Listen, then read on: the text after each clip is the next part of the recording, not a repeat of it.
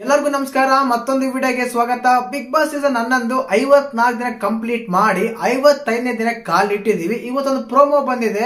Friday ಬೇರೆ ಅಂದ್ರೆ ಶುಕ್ರವಾರ ಬಂದ್ರೆ ನಮ್ಗೆ ಏನ್ ನೆನಪು ಬರುತ್ತೆ? ಉತ್ತಮ ಯಾರು ಕಳಪೆ ಯಾರು ಅಂತ ನೆನಪು ಬರುತ್ತೆ ಖಂಡಿತವಾಗ್ಲು. ಈ ಉತ್ತಮ ಕಳಪೆ ಅಂತ ಬಂದಾಗ ಒಂದು ಕಳಪೆ ಕೊಟ್ಟಿರೋದು ನಮ್ಮ ರಜತ್ ಅವರಿಗೆ.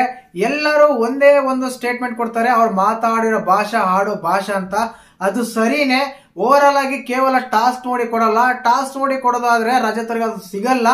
ಓವರ್ ಆಗಿ ಮನೇಲಿ ವಾತಾವರಣ ತಗೊಂಡು ಅವ್ರು ಯಾವ ರೀತಿ ಇದ್ರು, ಅವ್ರ ವ್ಯಕ್ತಿತ್ವ ಏನಂತೆಲ್ಲ ಕನ್ಸಿಡರ್ ಮಾಡಿನೇ ಕಳಪೆ ಕೊಡೋದು. ಆದ್ರೆ ರಜತ್ ಅವರಿಗೆ ಕಳಪೆ ಸಿಕ್ಕಿದೆ. ಕಳಪೆ ಸಿಕ್ಕಿಕೊಳ್ಳೋ ತಪ್ಪೇನಿಲ್ಲ. ಬಟ್ ಅವ್ರ ಮಾತಲ್ಲಿ ಆ ರೀತಿ ಇತ್ತು, ಆ ಮಾತಾಡೋ ರೀತಿ ಇತ್ತಲ್ಲ, ಅದು ಬದಲಾಯಿಸ್ಕೊಂಡಿದ್ರೆ ತುಂಬಾ ಚೆನ್ನಾಗಿರುತ್ತೆ ನಮ್ಮ ರಜತ್ ಅವರಿಗೆ.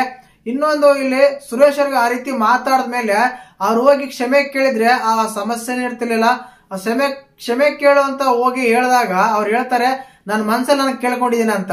ನಿನ್ ಮನ್ಸಲ್ಲಿ ನಿನ್ ಕೇಳ್ಕೊಂಡ್ರೆ ಅವ್ರಿಗೆ ಹೆಂಗ್ ಗೊತ್ತಾಗುತ್ತೆ? ನೀವು ಹೋಗಿ ಹೇಳ್ಬೇಕು ತಾನೆ, ನಾನು ಮಾತಾಡಿದ ತಪ್ಪು, ಹೀಟ್ ಆಫ್ ದ ಮೂಮೆಂಟ್, ಆ ಟಾಸ್ಕ್ ಆ ಟೈಮಲ್ಲಿ ಆ ರೀತಿ ಮಾತಾಡಿದೆ, ಇನ್ನೊಂದ್ಸಲ ನನ್ನ ಬಾಯಿಂದ ಆ ಪದಗಳು ಬರಲ್ಲ, ಕ್ಷಮೆ ಇರ್ಲಿ ಅಂತ ಒಂದ್ ಮಾತು ಕೇಳಿದ್ರೆ ನೀವೆಲ್ಲ ಒಂದ್ ಸ್ವಲ್ಪ ಮೇಲೆ ಇರ್ತೀರ ವ್ಯಕ್ತಿತ್ವದಲ್ಲಿ.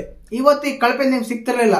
ಮತ್ತೆ ಆಟದಲ್ಲಿ ಕಳಪೆ ಅಂತ ಬಂದಾಗ ಐಶ್ವರ್ಯ ಅವರು ನಿಜವಾಗ್ಲೂ ಕಳಪೆನೆ. ಈ ವಾರ ಆಡಿದ್ದೇನೂ ಇಲ್ಲ, ಇಲ್ಲಿರೋ ಪಾಯಿಂಟ್ಸ್ ನೆಲ್ಲ ಕಳ್ಕೊಂಡ್ರು. ಆದ್ರಿಂದ ಆಟದಲ್ಲಿ ಕನ್ಸಿಡರ್ ಮಾಡಿ ಕಳಪೆ ಕೊಡ್ಬೇಕಂದ್ರೆ ಅದು ಐಶ್ವರ್ಯಗೆ ಸಿಗುತ್ತೆ. ಬಟ್ ಓವರ್ ಆಗಿ ಆಟ ಮತ್ತೆ ವ್ಯಕ್ತಿತ್ವ, ಬಿಗ್ ಬಾಸ್ ಮನೆ ವಾತಾವರಣ ಎಲ್ಲ ತಗೊಂಡು ಕಳಪೆ ಕೊಡ್ಬೇಕಂದ್ರೆ ಅದು ನಮ್ಮ ರಜತ್ ಅವ್ರಿಗೆ ಸಿಕ್ಕಿದೆ. ಬಟ್ ಅವ್ರು ಕೊಡೋ ಸ್ಟೇಟ್ಮೆಂಟ್ ಮತ್ತೆ ಅದನ್ನೇ ಮಾಡ್ತಾ ಇದಾರೆ ಗುರು. ಸ್ಯಾಟರ್ಗಳನ್ನೆಲ್ಲ ಕಳಿಸಿ ನಾನು ಆಮೇಲೆ ನಾನು ಗೆಲ್ತೀನಿ, ಇಲ್ಲೇ ಇರ್ತೀನಿ ಅಂತ ಹೇಳ್ತಾರೆ. ಬಿಗ್ ಬಾಸ್ ಮನೆಯಲ್ಲಿ ಹುಡುಗರ ಕೈ ಇಟ್ಕೊಂಡು ಓಡಾಡೋದಷ್ಟು ಈಸಿ ಅಲ್ಲ ಟಾಸ್ಕ್ ಗೆಲ್ಲೋದಾಗ್ಲಿ, ಟಾಸ್ಕ್ ಆಡೋದಾಗ್ಲಿ ಅಂತ ಹೇಳಿ ಸ್ಟೇಟ್ಮೆಂಟ್ ಕೊಡ್ತಾರೆ. ಈ ಸ್ಟೇಟ್ಮೆಂಟ್ ಎಲ್ಲ ಶಶಿರವ್ರಿಗೆ ಬಿತ್ತ ಅಂತ ಅನ್ಸುತ್ತೆ. ಏನಕ್ಕಂದ್ರೆ ಯಾವಾಗ ಹುಡುಗರ ಕೈ ಇಟ್ಕೊಂಡು ಓಡೋದು ಅವ್ರೆ ಅನ್ಸುತ್ತೆ ಬಿಗ್ ಬಾಸ್ ಮನೆಯಲ್ಲಿ. ನೀವು ನೋಡ್ತಿರ್ಬೋದು. ಆಕ್ಚುಲಿ ಇದು ಸ್ಟೇಟ್ಮೆಂಟ್ ಅವ್ರಿಗೇನಾ ಅಂತ ಪ್ರೋಮೋದಲ್ಲಿ ಇದೆ, ಬಟ್ ಅಲ್ಲಿ ನೋಡಿ ಮಾತಾಡ್ಬೇಕು.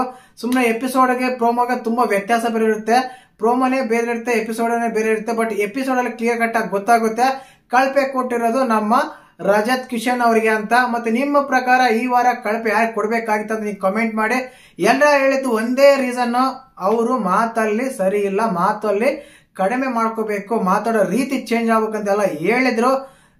ಆ ಮಾತಂತ ಸೂಪರ್ ಆಗಿರುತ್ತೆ. ಹುಡುಗರ ಕೈ ಇಟ್ಕೊಂಡು ಓಡಾಡೋಷ್ಟು ಈಸಿ ಅಲ್ಲ ಟಾಸ್ಕ್ ಆಡೋದಂದ್ರ ಅಂತ. ಆ ಸ್ಟೇಟ್ಮೆಂಟ್ ಯಾರಿಗೂ ಗೊತ್ತಿಲ್ಲ, ಬಟ್ ಅದೆಲ್ಲ ನೋಡಿದ್ಮೇಲೆ ಗೊತ್ತಾಗುತ್ತೆ. ಮತ್ತೆ ಅದೇ ಮಾತು ಬರುತ್ತೆ, ಸ್ಯಾಡೆಗಳನ್ನ ಒಳಗ್ ಕಳಿಸಿ ನಾನು ಆಮೇಲೆ ನಾನು ಗೆಲ್ತೀನಿ ಆಟ ಅಂತ ಮಾತಾಡ್ತಾರೆ. ಅವರು ಬದಲಾಗಲ್ಲ ಅನ್ಸುತ್ತೆ. ಇರೋದಿಗೆ, ಹುಟ್ಟಿದ್ದೀಗೆ, ಮಾಡೋದಿಗೆ, ಮುಂದೆನೂ ಹೀಗೆ ಮಾಡ್ತೀನಿ ಅಂತ ಹೇಳ್ತಾರೆ. ಬಟ್ ಶನಿವಾರ ಬಂದ್ರೆ ಚೇಂಜ್ ಆಗೇ ಆಗ್ತಾರೆ. ಯಾಕಂದ್ರೆ ಕಿಚ್ಚ ಸರ್ ಕ್ಲಾಸ್ ತಗೊಂತಾರೆ, ಆದ ಕಾರಣ ಚೇಂಜ್ ಆಗ್ಲೇಬೇಕು. ಮತ್ತೆ ಈ ಕಳಪೆ ಕೊಟ್ಟಿದ್ದಕ್ಕೆ ನಿಮ್ಗೆ ಏನಿಸ್ತು ಕಮೆಂಟ್ ಮಾಡಿ. ನಿಮ್ಮ ಪ್ರಕಾರ ಈ ವಾರ ಕಳಪೆ ಯಾರಂತ ಕಮೆಂಟ್ ಮಾಡಿ. ಹಾಗೆ ಉತ್ತಮ ಯಾರು ಮತ್ತೆ ಕ್ಯಾಪ್ಟನ್ ಯಾರು ಅಂತ ಒಂದು ವಿಡಿಯೋ ಬರುತ್ತೆ, ವೇಟ್ ಮಾಡಿ, ಅಪ್ಡೇಟ್ ಕೊಡ್ತೀನಿ. ಹಾಗೇನೆ ಚಾನಲ್ ಯಾರನ್ನ ಹೊಸ ನೋಡ್ತಿದ್ರೆ ಮಿಸ್ ಮಾಡಿದ್ರೆ ಸಬ್ಸ್ಕ್ರೈಬ್ ಮಾಡಿ, ಲೈಕ್ ಮಾಡಿ, ಶೇರ್ ಮಾಡಿ. ಜೈ ಹಿಂದ್, ಜೈ ಕರ್ನಾಟಕ ಮಾತೆ.